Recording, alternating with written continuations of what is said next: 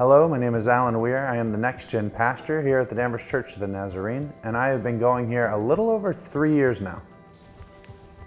Welcome to DCN. So I was working at a company called Jersey Mike's. I worked there so long, and I can still remember like onion, lettuce, tomato, oil, vinegar, oregano, salt. Like I can make you a sandwich still. And I was working probably 50 hours a week, and I barely saw my family, and I was missing something. There was a moment where God was just like, now is the time, go. And I was like, okay. I very quickly felt called to ministry. It was an intensive process. It's a calling, it's not a job change. It's a calling from God. And ever since then, this church has been pouring into me. Different people taking care of my family, all aspects. So I had been on a couple of mission trips before, but this was going to be one of the first ones. I was going with Pastor Elijah to Burkina Faso. We're about to leave, and Pastor is denied going. And here I am, still an intern at the time, going, what am I supposed to do? Pastor was like, you need to take this, and here's instructions.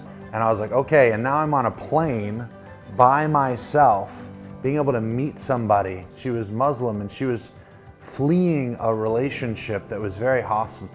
And I got to share the gospel with her. I don't think I would have gotten that opportunity if me and Pastor would have been there. And then we got there, and Pao, who is our guide, said, hey, you're gonna preach tonight.